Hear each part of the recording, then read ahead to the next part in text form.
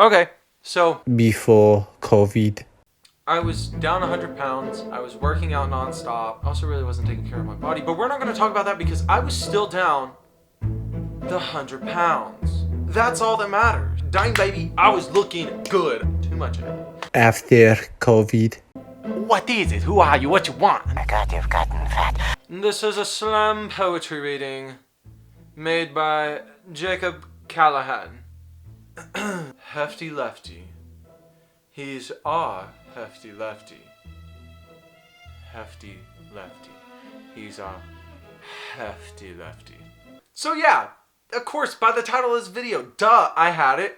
No, I didn't do it for a check. No, you wouldn't do it either. This is, COVID is not fun. The way how the media portrays it in the States is that you're either asymptomatic, you're not gonna show any signs, or it's gonna go by like a mild cold, or you're going to be in the hospital on a ventilator needing life support essentially 24/7, someone around the clock making sure that you can wipe your butt, feed you, do everything and anything for you. Like there's no middle ground. But guess what? I experienced that middle ground because I had it to where it was bad enough to where I could have gone to the hospital if I wanted, but it just would have gotten worse and pneumonia would have set in, and then I really just would have been SOL and just KO'd. Dunzo, dead. You get the point, right? Okay, good. I didn't feel like it was necessary for me to go to the hospital. Yes, I was weak constantly. I had extreme muscle and joint fatigue. Like my knees especially, my knees have not recovered. It's like when I first started doing leg day for the first time in over 3 months. Like it was severe pain. Like I had terrible form or something. Like everything was just terrible. And I'm not trying to shy away from it. So I had extreme joint and muscle fatigue, and I was weak. Like I didn't want to get out of bed or do anything like that. Also, with the extreme muscle fatigue, I tested for COVID on a Monday. Keep in mind, if you knew my fall fitness schedule of 2020, Monday was a virtual day for me teaching my Strong Nation class. And when I got to quadrant 4, which is our app track, I went to go lay down and like get myself set up and prepared. And next thing you know, I felt the weight of the world was just resting on my knees. But I did waddle up the stairs, and I looked like, I looked goofy. I looked goofy because I had no mobility. I was hurting. I did so much stretching. Like I did an hour of stretching after that. But then I found out, 2 days later, oh, you tested positive. You don't say, because I can't even get out of my bed. Okay, so along with that, I did experience a small difficulty of breathing. But keep in mind, I have asthma. I experienced a 2.5 hour long asthma attack once or 3 times before because I didn't know where I put my inhaler. Anywho, I know what it's like to not breathe. I know what it's like to not be able to breathe. I never felt like a fish with no water. I felt like what my friends who experience high functioning anxiety and have numerous anxiety attacks on the daily, I felt essentially what they described to me as an anxiety attack. And my inhaler was there for me as a coping mechanism to an extent.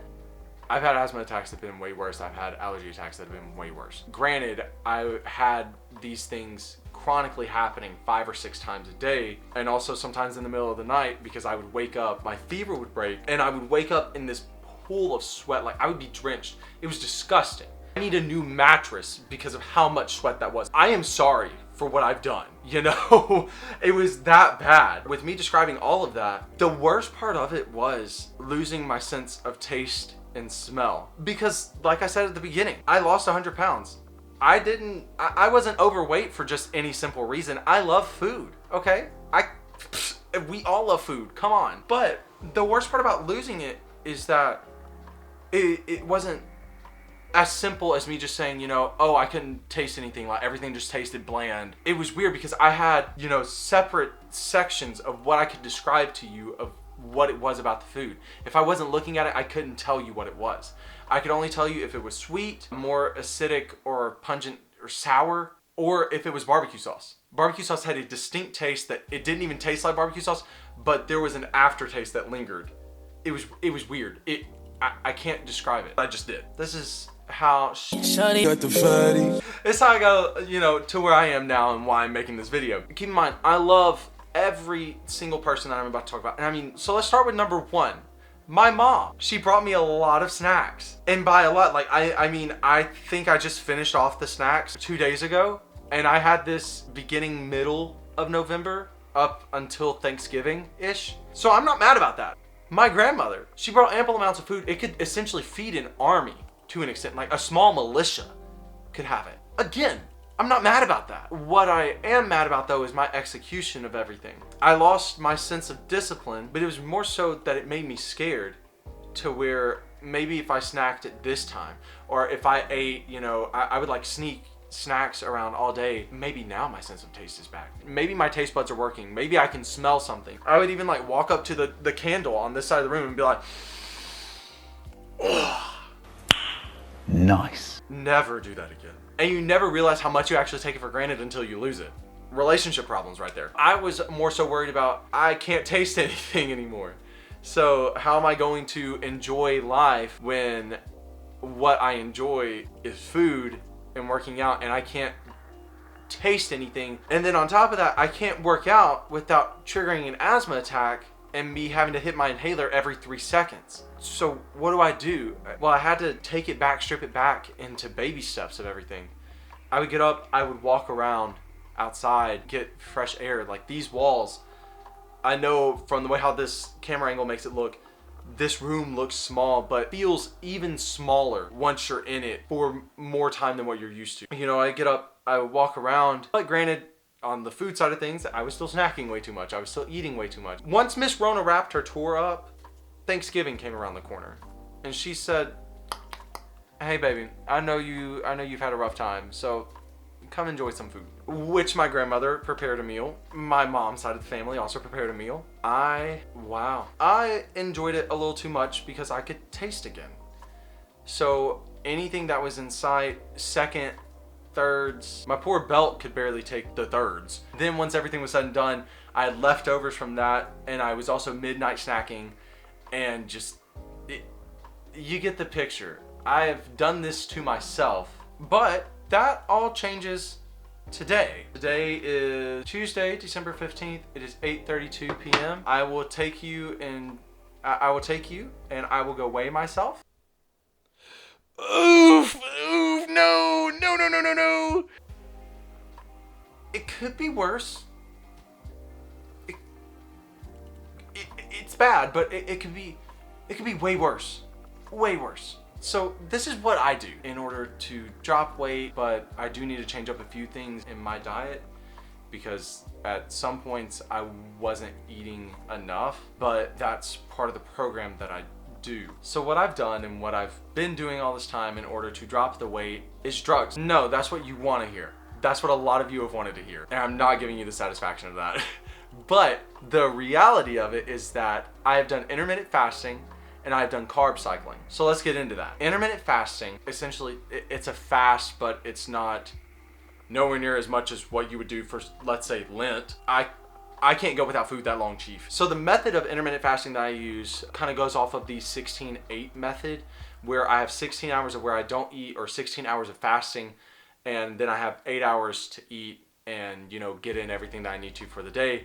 But sometimes I would take it to extremes, and this is how I lost like the last 20 pounds of it. I had 20 hours off and only 4 hours to eat. Each day was different on how I would do my scheduling. Now that mixed in with carb cycling can be dangerous, because for carb cycling, to me, to put it in easier digestible words, is that you cycle in high carb days with low carb days to even no carb days. No carb days, it feels like you're eating ice. And then I know the fitness community's over there in the background like, well, you're not eating correctly. Yeah, no Sherlock.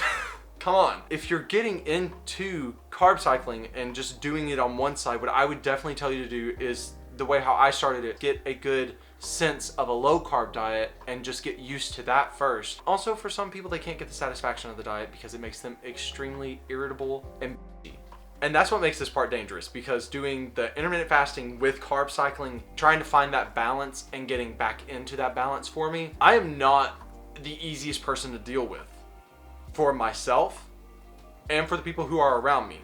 Very grumpy, to say the least. So yes, I paid a dietitian. Yes, they did tell me that 70% of this is my diet, and that's what I had to get under control. On top of getting that under control, then they said the next 30% of it, which after I lost the first 30 pounds, kind of ironic, the next 30% of it is what I do, like my workouts. I was like, I know nothing. I was like, literally, I know nothing about working out except for what little I did in high school, and even then I didn't have a good concept of it because I didn't care about it back then. But now, because of my diet and how I do that, is that on my high intense days, so on my big days like push days, or like days where I'm teaching like 2 to 5 classes, ooh, that was the day. Anywho, those are the days where I have a high carb intake. On my low intense days, those are like my lighter load days, doing my 2-mile run, and then doing my whatever I'm doing in the weight room that day.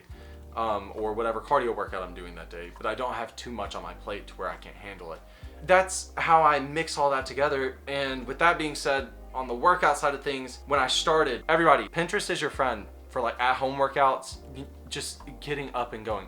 Darby, great starter programs. With all that being put and meshed into one cohesive statement together, the goal is to cut, get pretty, bulk a little bit of muscle. Oh, well, that was essentially a dirty bulk, but we're not gonna talk about that. Get pretty. Turn the dad bod into a hot rod. Get pretty. Correct my diet. Get grounded again. Get firmly rooted in where I was. Get pretty. Get my discipline back to where it needs to be. Get pretty. Work through my muscle and joint problem. But most importantly, get pretty. Oh, I wish that I could find someone that could love me. I'd never be.